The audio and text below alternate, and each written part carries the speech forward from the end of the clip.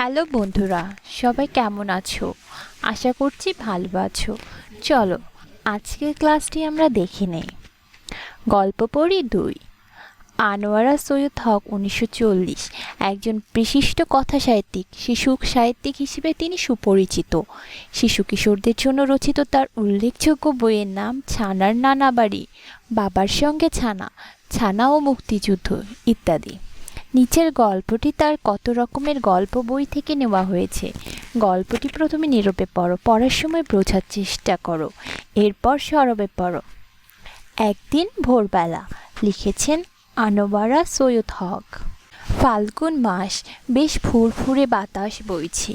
ঘুম থেকে উঠে শিউলি ভাবল, এই যা, আজ না আমার ফুল কুড়োতে যাবার কথা। যেমনি ভাবনা তেমনি কাজ। মুখ না ধুয়ে শিউলি এক দৌড়ে তাদের বাড়ির বাগানে গিয়ে হাজির। কত রকমের যে ফুল গাছ আছে তাদের বাগানে। আছে কদম, শেফালি, স্বর্ণচাঁপা, আছে রক্তকরবী, টগর, বেলফুল, গন্ধরাজ। শিউলির খুবই ভালো লাগে এইসব ফুল গাছের নিচে গিয়ে ফুল কুড়োতে।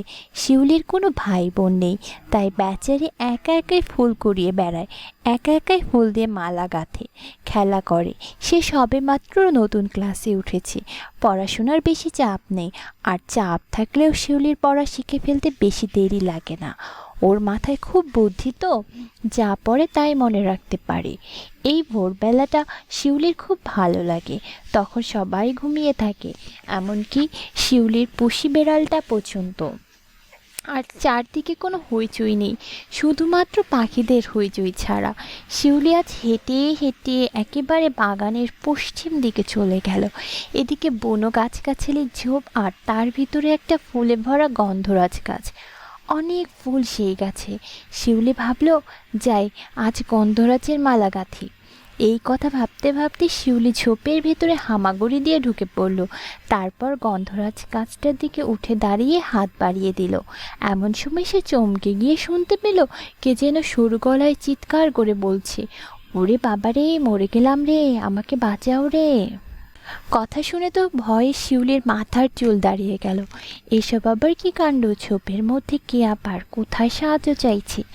দরকার কি বা আমার এখানে থাকার? এই ভেবে শিউলি ঝোপ ছেড়ে পালিয়ে আসতে যাবে যেই অমনি আবার শুনতে পেল, ওগো মেয়ে, তুমি চলে যেও না, দয়া করে আমাকে বাঁচাও। শিউলি থেমে গিয়ে হতভম্বের মতো এদিকে ওদিকে চেয়ে বলল, তুমি কে? কোত্থেকে চিৎকার করছো? তখন সে শুনল কে যেন বলছে, আমি তোমার পায়ের কাছে ইট পাটকেলের নিচে চাপা পড়ে আছি, আমাকে বাঁচাও। স্পষ্ট গলায় এই কথা শুনে শিউলি লাফিয়ে উঠে পায়ের দিকে তাকালো। দেখল সত্যি তার পায়ের কাছে এক গাদা আস্ত আর ভাঙ্গা থান ইট স্তূপ হয়ে পড়ে আছে। কতগুলো থান ইট তো বেশ বড় আর ভারী। শিউলি উবু হয়ে বসে অনেক কষ্টে 4-5টা ইট সরাতে তার নিচ থেকে হলুদ বিবর্ণ কতগুলো পাতা আর একটা মোটা শিকড় বেরোলো। তারপর স্বরটা আবার ভেসে এলো কানে, বাপ্পা বাঁচালে, একেবারে প্রাণে মারা পড়েছিলাম আর কি। আজ 3 মাস এই ইটগুলোর নিচে, ভাগ্যিস তুমি আজ এদিকে ফুল কুড়োতে এলে।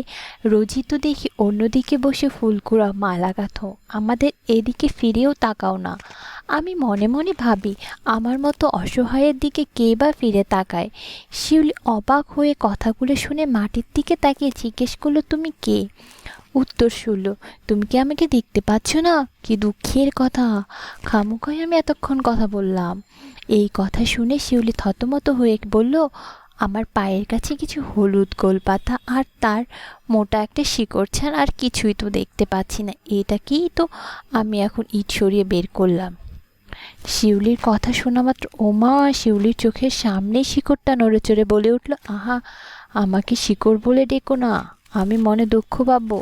আমি একটা গাছের চারা, আর যে সে গাছ নয়, বট গাছ। আমার ভাগ্য খারাপ, তাই পাখি এসে আমাকে এখানে বীজ অবস্থায় ফেলে গেছে। কি আর করব, কপালের গেরো, এখন ভুগতেই হবে। শিউলি তার কথা শুনে তাজ্জব বনে গেল। আরে, গাছের শিকড় এভাবে কথা বলে নাকি? এ তো ভারী আশ্চর্য কথা। একটু ভয়ও পেল সে, গাছ কি বাবা, আমার এত ঝামেলায় মা টের পেলে বকবে, এই ভেবে সে টিপি টিপি পায়ে পালাবার উপক্রম করতে শিকড়টা বলে উঠল, আমাকে ঘেন্না করে দূরে সরে যাচ্ছ না তো? আমার চেহারা খারাপ বলে আমাকে ঘেন্না করছো? তাহলে শোনো, আমার এই চেহারার জন্য দায়ী আমি নই, দায়ী তোমাদের বাসার কাজের ছেলেটা। সে বেগম সাহেবার কথা শুনে বাগান পরিষ্কার করতে এসে প্রথমেই আমার ঘাড়ে গন্ধ মাদন পর্বত চাপিয়ে দিয়েছে, অর্থাৎ এই খান ইটগুলো। নইলে এই রকম আঁকা বাঁকা কোঁকড়ানো কোঁকড়ানো রক্তহীন হলুদ চেহারা আমার কোনো দিন ছিল না। কিন্তু আমার প্রাণশক্তি সূর্যের আলো আর মাটির নির্যাস থেকে আমাকে বঞ্চিত করায় আজ আমার এই অবস্থা। হায়, সবই আমার ভাগ্য। গাছের শিকড়টার এইরকম হা হুতা শুনে শিউলির মনে দুঃখ হলো। সে বলল, আহা, তা মন খারাপের কি আছে? এই তো আমি এখন তোমার মাথা থেকে ইট সরিয়ে দিলাম, এখন তুমি হও না দেখতে সুন্দর, হও না বড়, কি তোমাকে মানা করেছি? শিউলির কথা শুনে শিকড়টা খুশি হবে কি উল্টো মাটিতে আছাড় খেলো দুবার। করুণ স্বরে বলল, বড় হতে চাইলেই কি ভাই বড় হওয়া যায়? বড় হবার পথে যে কত বাধা তা যদি তুমি জানতে। আর বড় হবার পরেও যে তো আমাদের মতো বড় জাতের গাছদের কত বিপদ তা তুমি কি বুঝবে?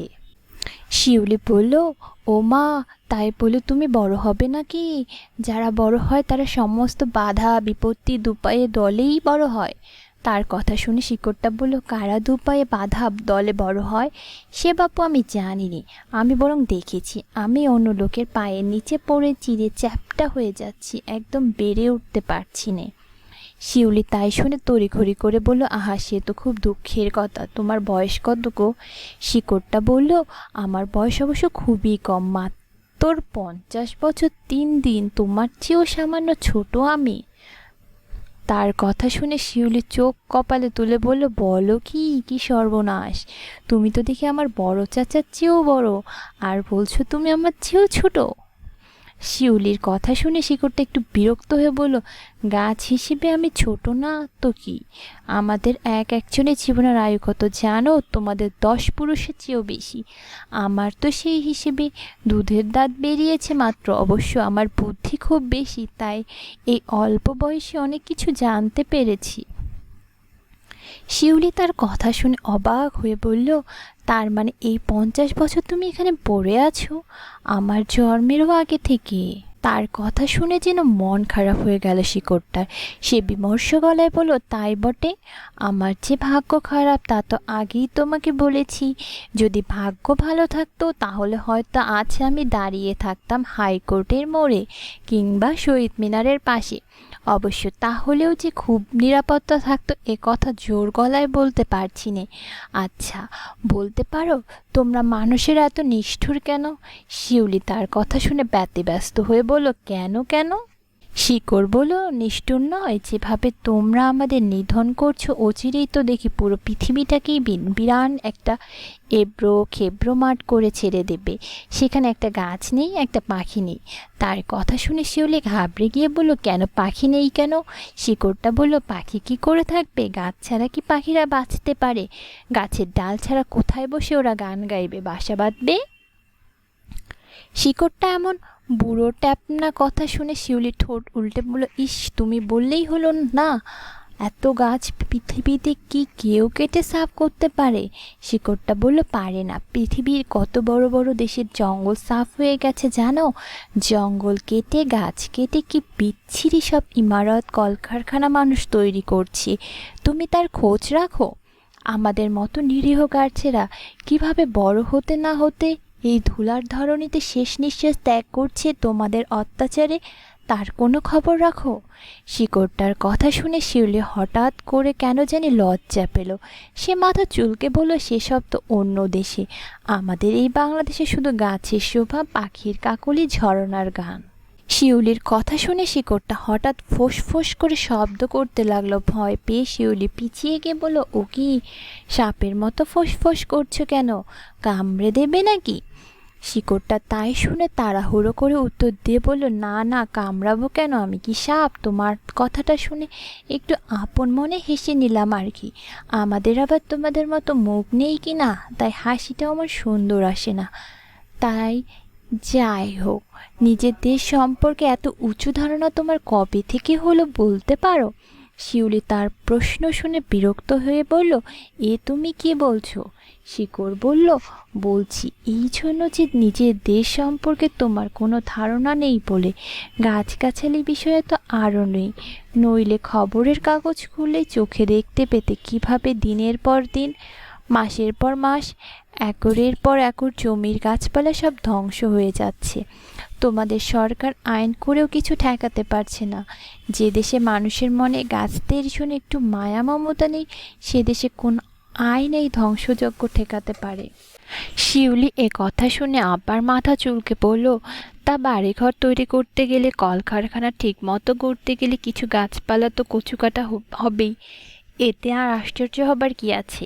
শিকড় এই কথার প্রতিবাদে মুখর হয়ে বলে, আছাড় খেলো মাটিতে। শিউলি ব্যস্ত হয়ে বলল, আরে করো কি, মাথা ফেটে আমচুর হয়ে যাবে তোমার। এই দেখো, তোমার লাফানিতে তোমার মাথার একটা হলুদ পাতা খসে মাটিতে পড়ে গেল। যাক খসে, মাথা ফাটলেই বা কি আসে যায়? তাই বলে কি প্রতিবাদ করব না? মাইলের পর মাইল বৃক্ষ নিধন করাটাকে কি কিছু গাছ কাটা বলে? সে কথা না হয় ছেড়ে দাও। তোমার নিজের শহর এই ঢাকার কোথায় কোন গাছটা বাঁচিয়ে রেখেছো বলো তো? সব কি নির্মূল করে ফেলোনি? কত পুরনো বনে দিয়ে আমাদের প্রপিতামহদের তোমরা কি নির্বংশ করে দাওনি? আমাদের ঐতিহ্য ধ্বংস করে দাওনি? এ যেন পাকিস্তানি মিলিটারিদের অত্যাচারের মতো নির্মম। আর যারা বেঁচে আছে তাদেরও কি কম নির্যাতন করছো? তাদের গায়ে পেরেক ঢুকে, সাইনবোর্ড টাঙিয়ে, গর্ত করে, ডাল ভেঙে, তাদের গায়ে ছাল ছিঁড়ে তোমাদের নাম লিখে কম নির্যাতন করছো তোমরা? শিকড়টার এই অভিযোগ শুনে শিউলি অপ্রস্তুত হয়ে গেল। কে জানতো যে গাছপালাও মানুষের মতো চিন্তা ভাবনা করতে পারে? সে একটু থেমে ভেবে নিয়ে বলল, তা আর কি করা যাবে বলো তো, মানুষের প্রয়োজন। শিউলি কথা শেষ না করতে শিকড়টা আবার লাফিয়ে উঠল, আবার আছাড় খেলো মাটিতে। ফলে তার মাথার উপর থেকে খসে পড়ল আরও একটা হলুদ পাতা। নির্যাতিতের গলায় শিকড়টা বলে উঠল, তুমি আমাকে প্রয়োজনের কথা বলছো? তোপখানার মোড়ে সেই বেগুনি ফুলের শতাব্দী পুরনো গাছটাকে উপড়ে ফেলাটা তোমাদের প্রয়োজন ছিল? কিসের প্রয়োজন ছিল শুনি? একটা কৃত্রিম ঝর্ণা তৈরি করার প্রয়োজন ছিল? নাক হারিয়ে নড়ুন নিয়ে তোমরা এমন সন্তুষ্ট থাকতে পারো? তোমরা কি মানুষ হে? ছি ছি। শিউলি এ কথা শুনে থতমত হয়ে খেয়ে বলল, মানে তুমি ঠিক বুঝতে পারছো না? আমি বুঝতে পারছি নে, তুমি বলো কি? আমি ঠিকই বুঝতে পারছি। এরপর যখন তোমাদের দুর্গতি হবে আমরা খুশিতে ডুগডুগি বাজাবো। এখনই বা মজাটা কেমন টের পাচ্ছ?